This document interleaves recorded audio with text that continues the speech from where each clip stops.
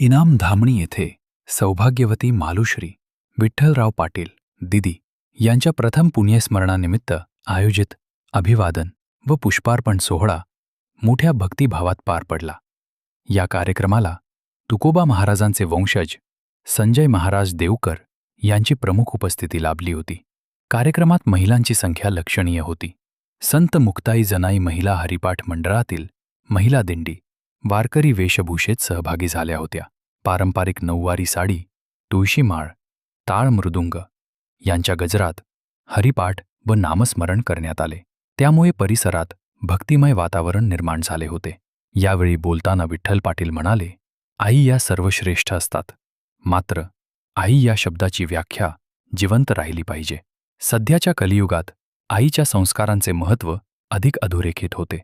समाजात मातृत्वाच्या मूल्यांची जपणूक व्हावी या उद्देशाने हा पुरस्कार दरवर्षी दिला जात असल्याचे त्यांनी सांगितले. या प्रसंगी मान्यवरांच्या हस्ते पुरस्कार वितरण करण्यात आले.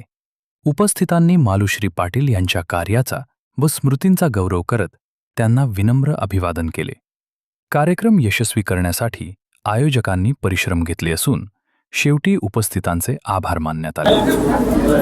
आपल्या चिरंजीवाला अन्यायाविरुद्ध लढायला शिकवणाऱ्या राष्ट्रमाता जिजाऊंचा आदर्श समाजात राहावा म्हणून माझ्या सुविद्य पत्नीसह आता त्या कैलासवासी म्हणायला सुद्धा माझं मन तयार होत नाही. ज्या कर्मानं आपल्यात अस्तित्वात आहेत त्या मालुश्री पाटील यांनी सुरू केलेला हा आदर्श आईचा पुरस्कार.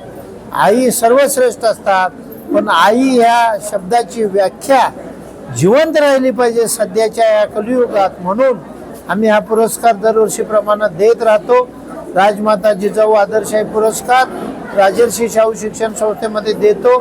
योगायोगानं त्याचा प्रथम वर्धापनही दिला आलेला आहे. आणि जगातली सर्वात मोठी आनंदाची बाब म्हणजे या आईंचा सन्मान करण्यासाठी जगद्गुरू तुकोबारायांचे वंशज संजय महाराज देवकर, आमचे राशनकर महाराज, श्रीकांत बुवा, ठाकूर बुवा, सर्व आमचे जिल्हाध्यक्ष नाशिकचे असतील किंवा राज्यभरातले असतील आणि आमचे भैया काकडे आलेले आहेत, त्या सर्वांना मी धन्यवाद देतो. आणि हा उपक्रम आमचा सतत चालू राहील आणि ही आमची भूमिका समाजापर्यंत आदर्शासाठी नेण्याचं काम पत्रकार बांधव करतात. त्याबद्दल त्यांचेही आम्ही ऋणी आहोत. धन्यवाद. रामकृष्ण.